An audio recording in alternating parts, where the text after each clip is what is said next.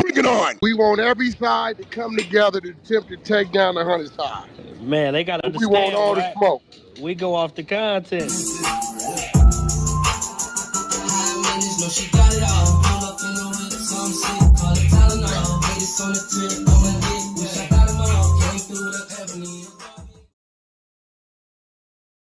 Three, two, one. Hey there, welcome back to the channel where we keep it real. No capping. I'm your host, bringing you nothing but straight fire and authenticity. Today, we're diving into 12 rooms that I got to promote. The 100 ENT showroom, hosted by Big Wack100. The Beehive room. Love and R&B room, hosted by the Queen of the 100 side, R&B. No room for the weak. No mercy room. Spin the block room. 100 ENT Jailbreak Squad room. 100 ENT South room. Petty Betty and Toxic Tanya room. Dangerous Minds room, hosted by Beast. Good Burger, hosted by Pitbull. Sleepless in LA, and many more. If you want to get closer or you want to be a part of the show, go to Clubhouse, follow one of these rooms, or you look for a room titled with Wack100. These particular videos all made possible by the one and only Wack100.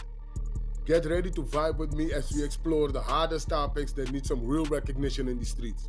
Let's jump right into it and show some love to this channel by hitting the like and or subscribe button. So, without further ado, hold it down. One mic on Wack. The last part of the word in there also. We might some shit today. Chop popcorn ready, cause that bill hearing might.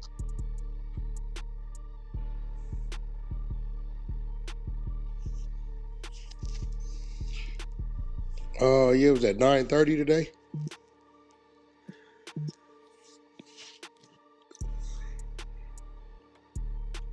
You know the judge, right? Huh? You got the judge? 600 of them got that shit, yeah. I got you.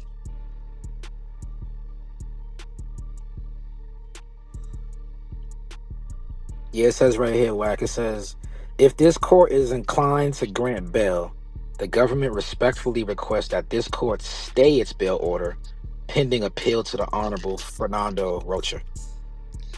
I was saying they're gonna appeal it. Yep, even if they grant it, they're gonna appeal it, and they're asking the judge to stay it, which means to hold it. So you order that he get bail, stay that order, freeze it, pending the higher court's ruling. So even if he does get bail today, he's not going home today, if the judge grants that order from the prosecutor. That's a good note right there.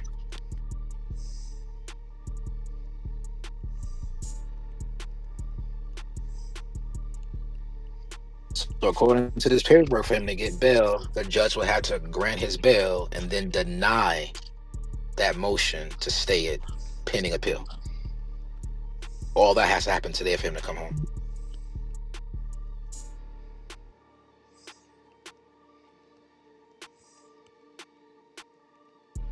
That's a lot in there. You're not gonna be able to fight that, man. That allegations of murder is enough to hold him.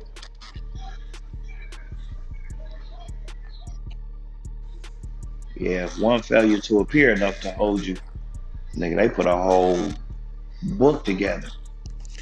Yeah, they put his indictment. Somebody told me his indictment is a lot of pages. Like they said, like Brick Baby shit only a couple pages.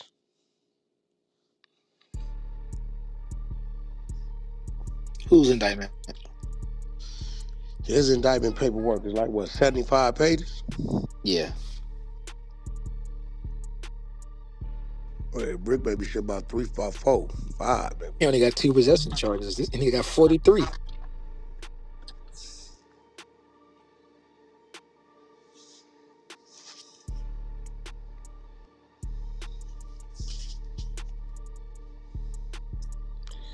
Damn. Trying to see if I could see what Big U's team filed in support of this bill.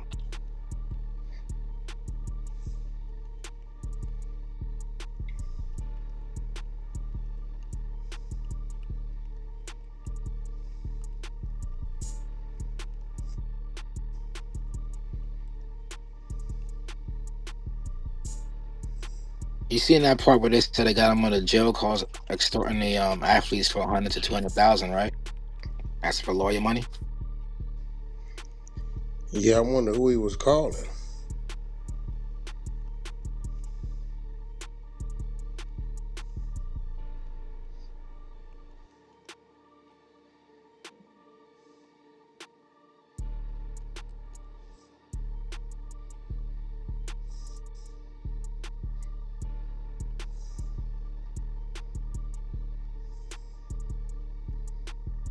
It also said a lot of those guys are not going to testify either, or they're not cooperating now. So that's going to Hey, be what's that? What? a lot of those athletes and shit aren't cooperating. Well, shit, did they ever cooperate? I don't think so. They just told stories. I don't know. I'm saying they ever even sit down and talk to him? Oh, Depends on which one you're talking about. I didn't think none of the athletes did. I didn't. I just thought they got that from the wires coming in. I'm gonna go back and look. Pretty sure a couple of them made a statement. I'm gonna look. The athletes made a statement. I didn't know that. I know they said Shaquille sent the wire, Draymond Green sent the wire. Not those athletes. Talking about the athletes that were getting extorted with the dice game shit, with the AB shit. Oh, them dudes. Them dudes, yeah, them niggas. Well, he went and got their money for him, right? Well, that was the thing. They said that they didn't get that bread.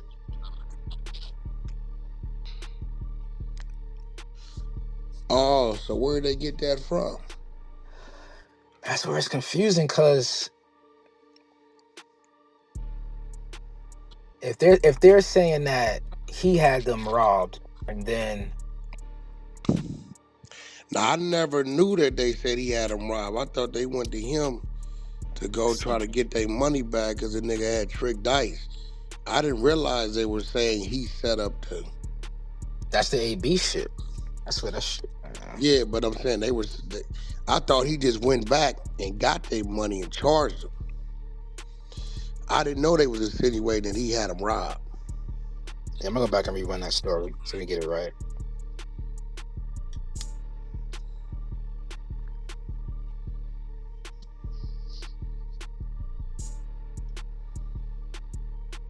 Or was it AB that got robbed and beat up? I don't know if he got robbed. I think they got the money back.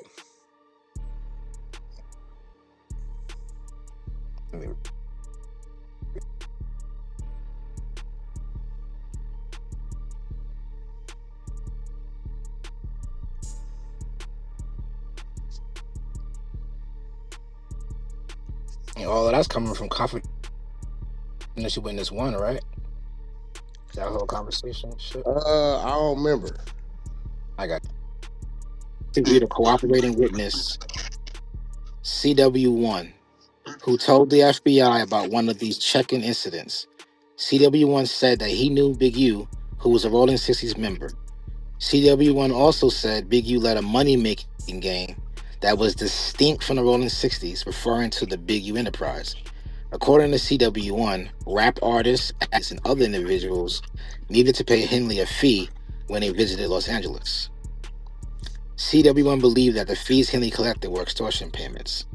CW1 then recounted that a large buy in dice game occurred in LA in June of 2019. The game CW1, involved is that Dale the Prince? game. No, Huh? that's CW1 is the guy that got the pardon. Oh, we was figuring him out. We We was had figuring him him out. narrowed down because it was a pardon somebody in California. He got the pardon from Biden. Oh shit, I forgot about him. We was narrowing it down about the Yep. one dude from Harlem, one dude from Grape Street, and another dude from somewhere else. So CW1, okay, this is all right. He Go ahead. also CW1 has a criminal history that includes convictions for possession for sales of narcotics in the 9. in violation of California's health and safety code. So he got caught in Cali moving dope, as well as shooting in an uninhabited dwelling in 03, in violation of California Penal Code Section 246. CW1 received cooperation credit from the Central District of California at sentencing in a prior drug conspiracy case alleging a violation of Title 21. However, former President Biden commuted CW1 sentence for that offense. So you got a prior drug conspiracy case, shooting in a dwelling in 03, sales of narcotics 0309. Who the fuck is this dude? Anyway, CW1 then recounted that at a large buy-in dice game occurred in LA in June of 2019. The game involved the professional boxer AB, AB's associates, and several prominent NBA players. According to CW1, AB and his associates fixed the game and cheated the NBA players out of millions of dollars using teased dice. Following that game, Big U directed a group of Big U Enterprise associates to rough up AB, who did not check in with Big U, and to get the money back from him on behalf of the cheated NBA players. 60s ultimately arrived, and Big U used them to press AB. CW1 said that Big U was involved with the incident because Big U was involved in and or would approve of any dice games or similar events such as parties involving large sums of money and prominent NBA players and celebrities in LA. And this is where they state that the NBA players told. The footnote says, this is the agent speaking, I am aware through interviews with NBA players that Big U was then paid a commission by some of the NBA players in order to threaten AB and negotiate the debt down or away. Got that part?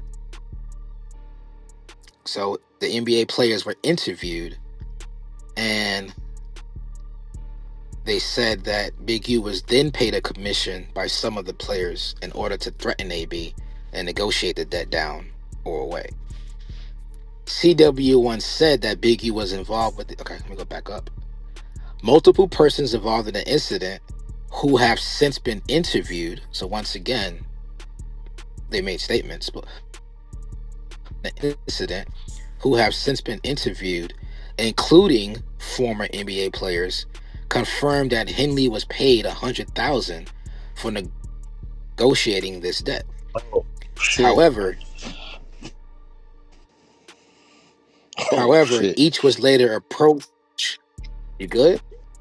Fuck you up, bro. Yeah, go ahead. That's crazy. Go ahead.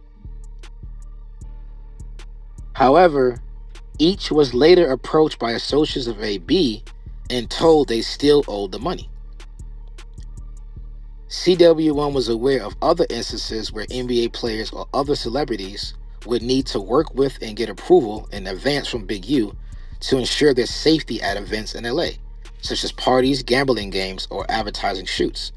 CW1 said that these celebrities would have to seek and or pay Big U for protection and approval or face retaliation from the Big U enterprise. At the outset of the investigation, victim 1 was identified as an extortion victim. So this is the Dell. And we already know about this whole Dell part. So that was the CW1 connection with the AB and a victim. Witness 2. Witness 2. Okay, so when they got him as a victim, okay, is that so? Dale is considered a victim because he actually Dale was is victim extorted. 1.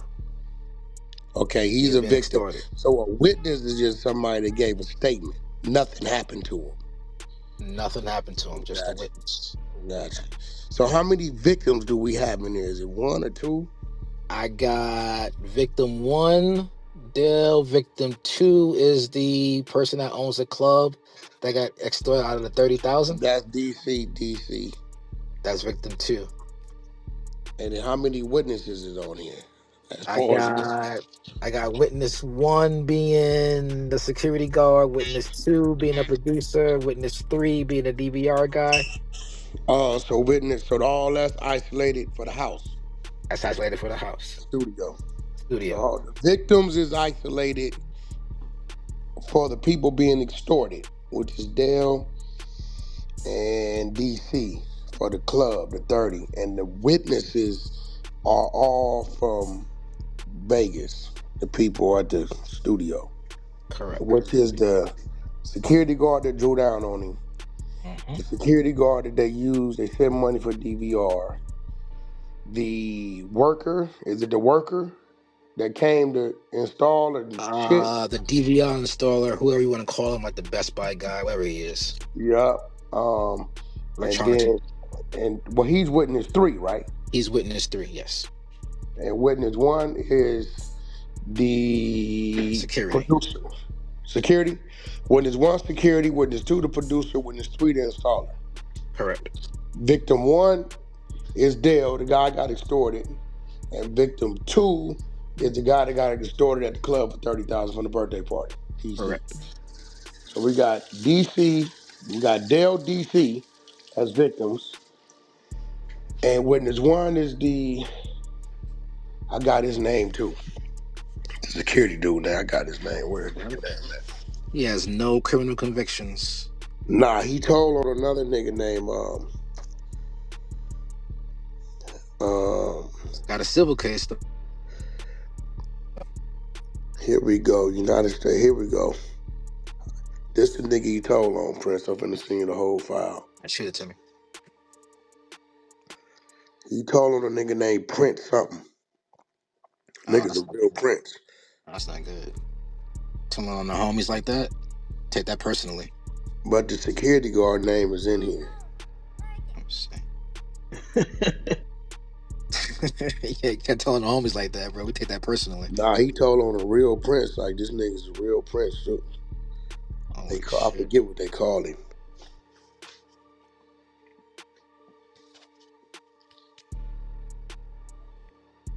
So he's a witness on this case or cases? Oh man. Yeah, he's the nigga. They tried to get dude for murder for hire. And the security guard leaves Marty Marr go to work for him. And dude wanted something done to a dude, right? The nigga Prince, I'm gonna get his name. His nigga named Prince something.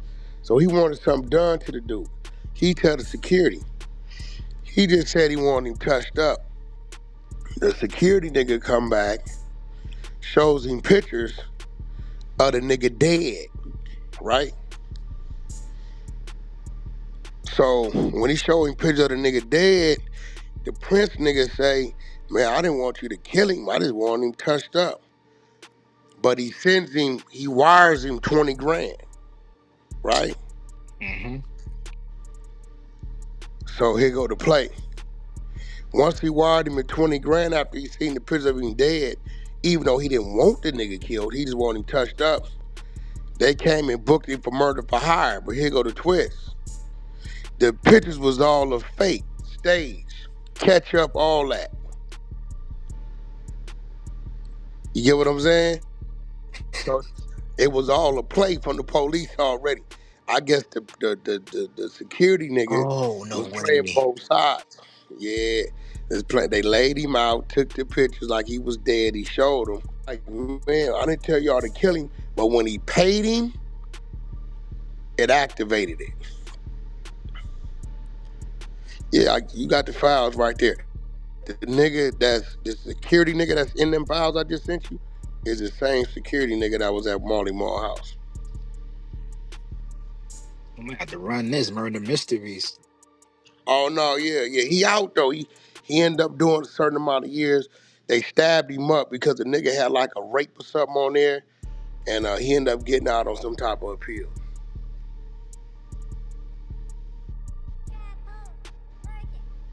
Yeah, I got it open on Pacer right now. Oh. Yeah, I just sent you everything.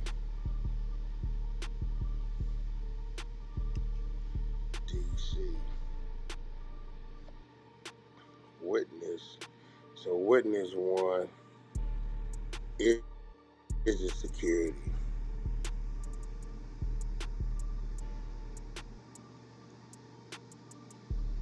Security. His name was Prince Fred. Witness. Prince Fred. Yeah, there you go. Uh-oh. Yeah. Use of interstate commerce facility in the commission of murder for hire. I'm telling you, look, man. Niggas be like, oh, well, dang. Well, you gotta understand, respectfully, a lot of y'all on this app, majority of y'all on this app, are very normal people that live normal lives, got 9 to 5s, and that's it. My circle is very vast. You get what I'm saying? So, you know what I mean? It be all kind of shit going on. I gotta ask you a question, Wack. What does a Rule 5C mean again? I don't think that sounds good. Where's fucking is I'm gonna mute up. where's what you call it on the floor? Laugh? Or G Wayne. Rewind, yeah. Let's see. Rule Let's see 5. what that is. What up? Let's see. Rule 5C of the Federal Rules of Criminal Procedure addresses the initial appearance of defendant before a magistrate judge. It specifies that if the defendant is arrested in a district where the alleged offense occurred, the initial appearance must take place in the district or before a state or local jurisdiction officer and the magistrate judge is not reasonable available.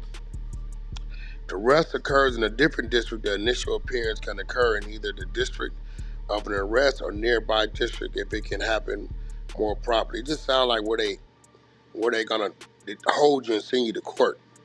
Rule 5C, that's what it sounds like from what I'm reading it. That's what it sounds like to me too. That's what that sounds like.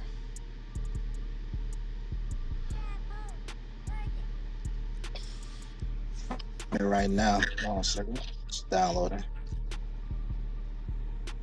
See if it's even worth looking at. Yo, hey, I Oh, swear I wouldn't even pay it no attention if y'all want to say something. Y'all should have pulled the nigga in the chat up who was talking crazy. I like them type of dudes. I think Guap or one of y'all came off the mic. Said, oh, as soon as I heard the jaw shit, these niggas. That's why you gotta follow the work, man. Gotta follow the work. check his Yeah. back channel. I don't know what I'm looking at right now. I'm looking at. All right, give me a second. Oh, wow. We got time. Might as well get into it. That's the Prince Fred nigga. Yeah, this is the Prince Fred. I can't That's pronounce him. his name. You're gonna find the security guard in this case.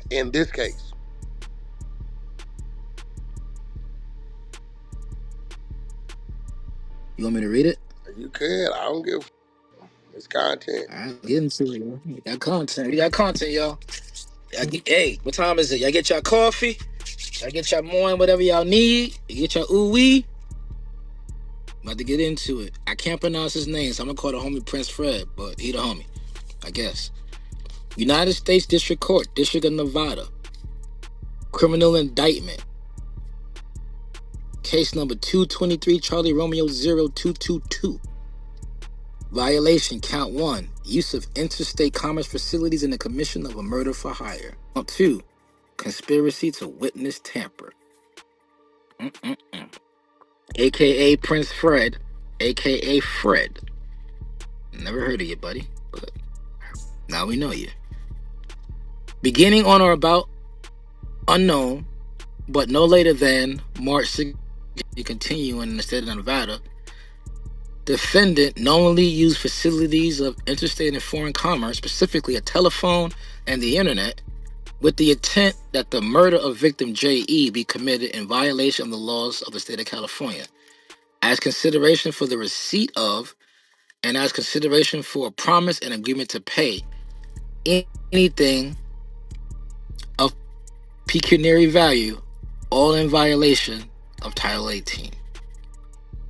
Object of the conspiracy, beginning on a date unknown to the grand jury, but no later than or about August 17, 2023, and continuing to an unknown date, but no earlier than September 12, 2023, in the state and federal district of Nevada and elsewhere, defendant Prince Fred, together with others known and unknown to the grand jury, conspired and agreed with each other to knowingly attempt to corruptibly persuade another person, namely MS, with the intent to delay or prevent MS's testimony in an official proceeding, namely defendant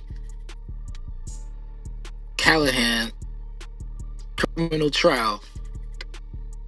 What am I reading here? So it looks like they were trying to keep somebody off the stand.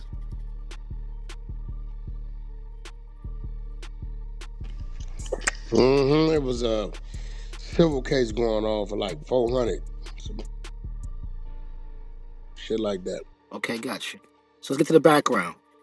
J.E. was a filmmaker. So we got a couple initials, guys. We got J.E. We got to know who that is. And we got MS. Remember, we don't know who anybody is, right? So let's go through the document and see if we can figure it out. J.E. was a filmmaker who was producing a documentary expose about Prince Fred. The document includes interviews of people who were familiar with Prince and his history of engaging in financial fraud, threatening others with physical harm, and committing acts of violence, among other things. Prince Fred had been sent an approximately 10-minute promotional video for the documentary and was aware that J.E. was making a documentary about him. So J.E. is a filmmaker making a documentary about the Prince Fred guy. Prince Fred had ongoing business dealings that he believed would be undermined if J.E.'s documentary was made. You guys can see the plot thickening here. Defendant Prince Fred made violent threats to J.E. in part to stop the documentary from being made. For example, on March 18, 2019, Prince Fred sent J.E. a recorded voice memo in which he told J.E. he was very dangerous and could end up in prison or dead. On or about March 8, 2023, Prince Fred told J.E. in a telephone call, quote unquote, "I'm going to fuck you up. I'm going to have your fucking head. I'm going to fuck you up so hard." On or about March 8, 2023, Prince Fred told J.E. in a telephone call, "I'm going to have your head. I'm going to fuck you up so hard. You're a piece of shit, you mother sucking mother. Listen to me, you mother." Talking to me, mother. What? Bring it on. Bring it on. What nationality is this guy? Nigga. I'm trying to put that. Okay. Hey man, we making this shit entertaining. Yeah, You know what I'm saying? Listen to these thugs. Let's How he is now by telling you this. When I'm done with you, I'm gonna each one of your fingers off. I'm coming for you. I was leaving you alone for a couple years. You hear me? Say hello. Listen to me. I'm coming to get you. I'm going to get you. I'm going to cut your off.